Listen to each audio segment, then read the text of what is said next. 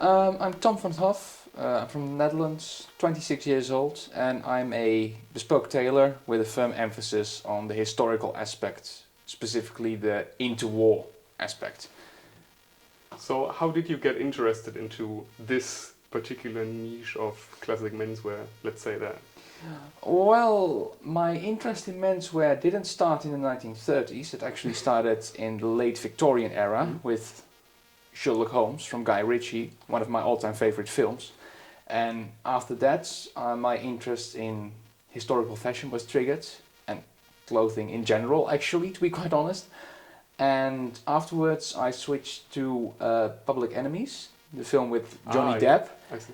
Mm-hmm. And that film actually triggered my interest in the 1930s. So after seeing that and watching more period films, period series, and just looking at photographs from the era and fashion plates, it basically just established itself as being my all-time favorite era of menswear. Do you also like to watch movies from the era?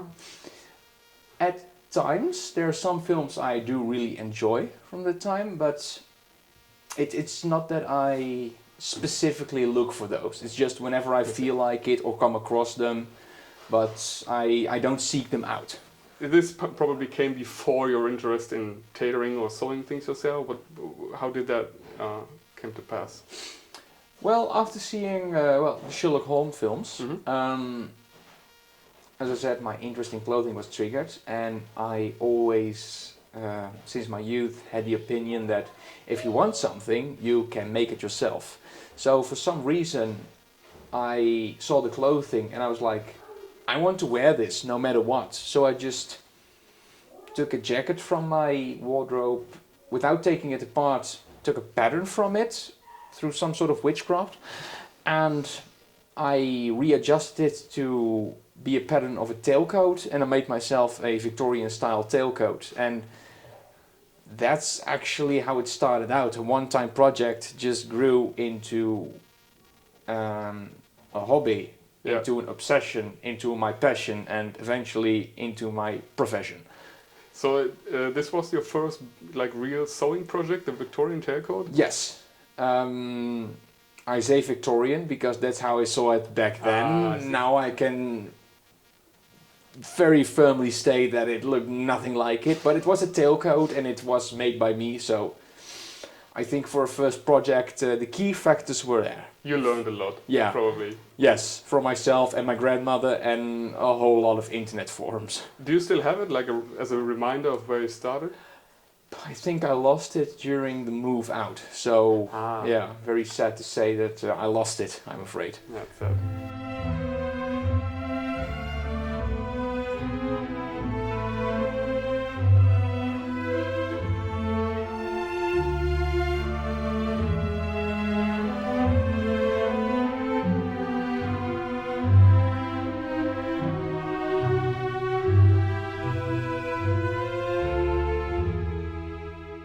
We talked about music this weekend already. Yeah. So it's funny because I'm into metal music too. So you're a big fan of Iron Maiden, I guess. Yeah, specifically Iron Maiden. Though besides heavy metal, I also enjoy early 2000s indie rock and 1980s and 1990s pop and rock music, and the occasional modern song, you know. But I love heavy metal most of all, and indeed Iron Maiden is my all-time favorite. That's cool. Do you think there's like a connection? Because I know quite a couple of people that are into historical fashion or classic menswear and into heavy rock or metal even. Well, if you can't express your frustration in fashion, you gotta do it in music. But I can't think of any specific reason for that, but I do think it would be quite an interesting social experiment. So, how would you describe your personal style, which probably developed from the Sherlock Holmes movie onward? Yeah, I would consider it to be as authentic as it can be to the era I'd like to dress in, though I always have a bit of a preference in terms of colors I'd like to combine and patterns and sometimes not necessarily the things that may have been considered stylish or unstylish back in those days, though within reasonable margins. So you wouldn't see me wearing a yellow three-piece suit, but you would, for example, see me in some bolder combination of shirt and tie and patterned pocket square and suit. Like leather, for example. Yeah, exactly. Than what would have been fashionable back in those days. So basically, to make a long story short, I draw inspiration from old catalogs and old photographs, but whenever I feel like it, I put my own twist on it. Yeah, you try to be accurate, but make it your own. Yes, as I would have done it back in those days, or probably would have done it. In my opinion, that's the best approach, because Yeah. you know, you can reproduce the history. That's not a big deal, but making it your own is. Yeah. First, it's a challenge, and second, it just looks better on you because it is you. Yes. Do you have a style icon you're looking up to? Maybe a historical one, or? Well, the first name almost literally every vintage menswear enthusiast shouts out is the Duke of Windsor. I personally find him a little bit overrated because he has become the go-to example for a well-dressed man in a time that there were a lot of well-dressed men. Like, for example, George Raft, a bit earlier, Rudolph Valentino, and all the other big stars like Cary Grant, Clark Gable, William Powell, David Niven a bit later on. So I don't necessarily have one single style icon, but I do have certain style icons of which I'd like to adapt certain looks. And a lot of those do come from the Duke of Windsor because just like him, I love to combine patterns and colors that would normally clash a little bit or maybe be considered a bit too bold or eccentric. But I also really appreciate the sometimes more conservative approach that some of the Hollywood stars had, especially the British counterparts. So it's basically a combination of celebrities, of stage figures, but also just photographs from regular everyday people. Street photography, people who had their photograph taken at photograph salons, and I draw my inspiration from everything. Do you like also pay a lot of attention of what other people are wearing around you, especially men, or do you ignore that most of the time? Well, it depends. You know, of course, a man, as a bespoke tailor, a man in a badly fitting suit always stands out. But it's my opinion that everyone does their best in their own way. So if a man in a badly fitting suit feels stylish and has, to his idea, done everything he could have done, I'm not one to criticize that, because in his own way he is stylish, and I am in no way entitled to have a strong opinion on that. Yeah. Though from a practical perspective, I would indeed say that yes, a badly fitting suit is better replaced with a well-fitting suit. And some colors and fashion choices are best left in the realm of fantasy. But again, if someone likes it that way, the only thing I can really think of is to advise them not to do it. But if you feel like doing it regardless, just power to you. It's people need to do what they like and what they feel good in and comfortable in, especially. Yeah. And my opinion or that of anyone else doesn't matter in that regard.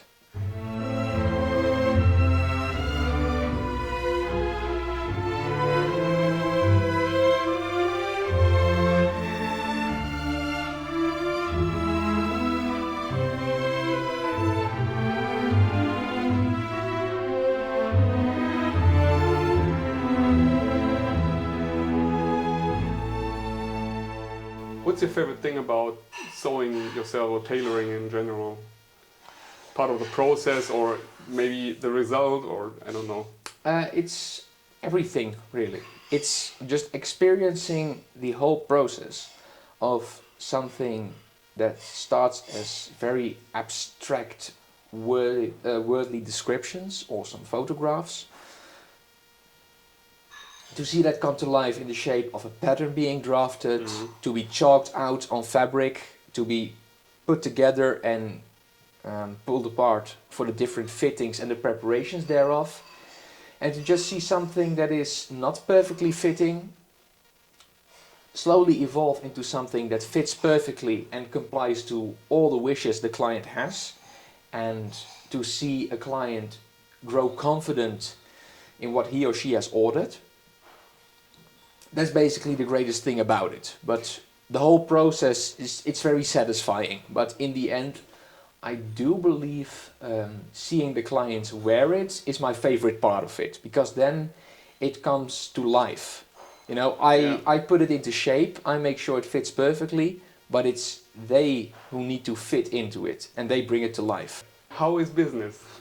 Well, as a small business, business is never certain, but in the past 2 years I've had very consistent orders, and I can actually make a living out of it without worrying too much about whether or not I'll have clients or an income next month.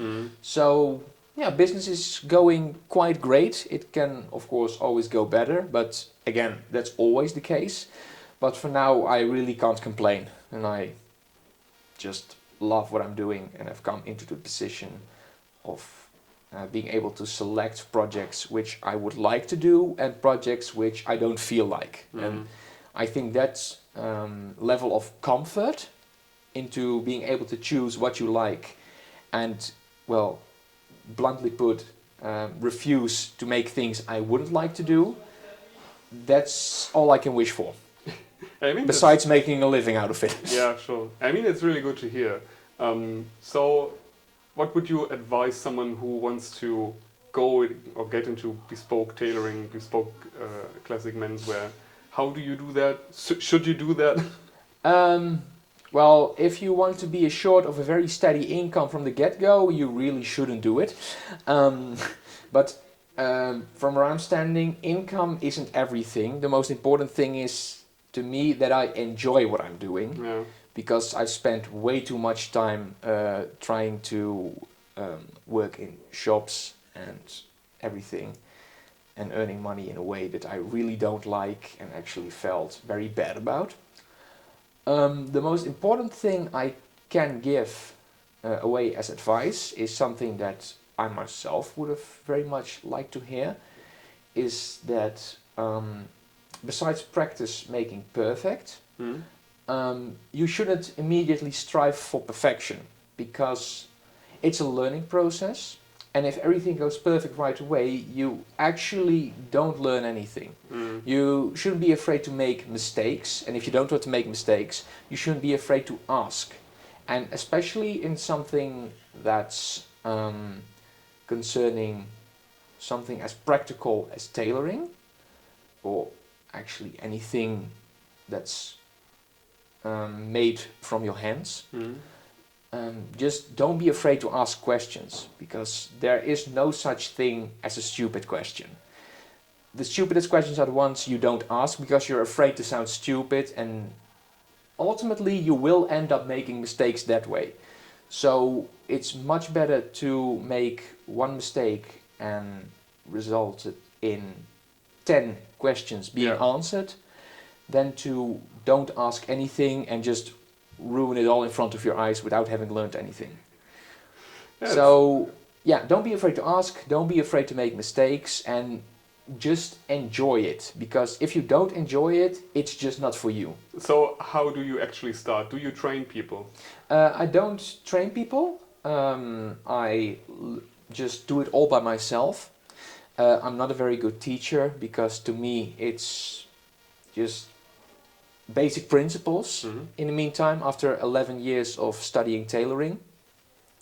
So no, I'm not a teacher, I'm not a guide, and I really don't want to, because what I do is very specific, and I don't want to give away my bread and butter to everyone, because we don't need dozens of others 1930s tailors spread across the Netherlands. Yeah. I mean, on the other hand, most of the knowledge is like available for free on the internet. You just need to put in a little bit of effort. Yes. To get to the level where I'm at now, that's 11 years of practice. Sure. So it doesn't come overnight, and I just can't teach people for 10 years in a row. Yeah, that's true. Some things you just need to figure out yourself. You can learn the basics and then you just adapt all the knowledge you have and all the knowledge you want to develop into what's your ultimate way of working. And that's how I did it, and I think that's the best method. Yeah.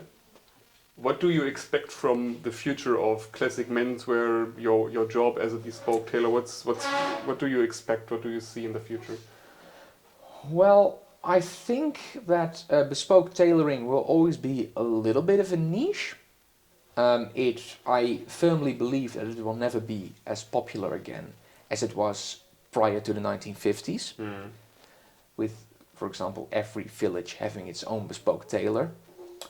Though what I do think is that with social media being more involved with craftsmanship in general, which of course also includes bespoke tailoring and the slow fashion industry in general, I do think there's a more hopeful future for it as, say, 10 years ago it would have seemed, because it